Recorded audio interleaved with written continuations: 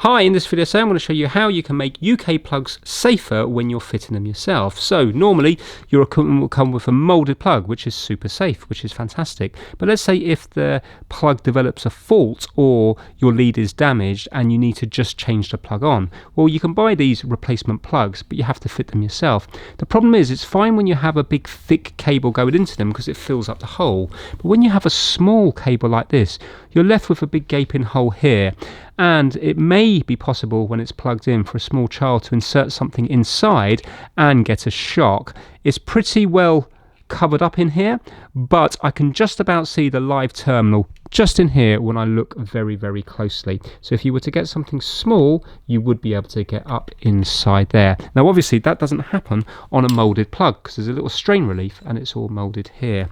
Now when you buy your plug, you can see here there's a massive hole. You can get sleeved ones, but still, if you're using a small lead like this, there's still going to be a hole that you can shove something in there. So what you need to do is you need to fit something that will be like this, but a little bit longer. Now, this one here will work. This is from like a power tool, and you can put it in here and you can clamp it down on here and it will work. But it's not as good as this one here. This one is the best one, but annoyingly, I can't seem to find them.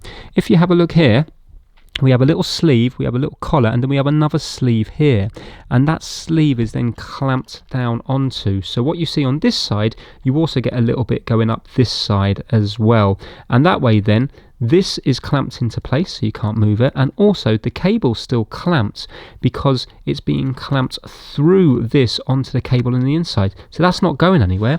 And when we put the lid on that, and if you screw it up here, you can see now that you can't get anything in here because basically you're only going to get as far as the clamp, and this covers up the hole enough that you can't get anything around here.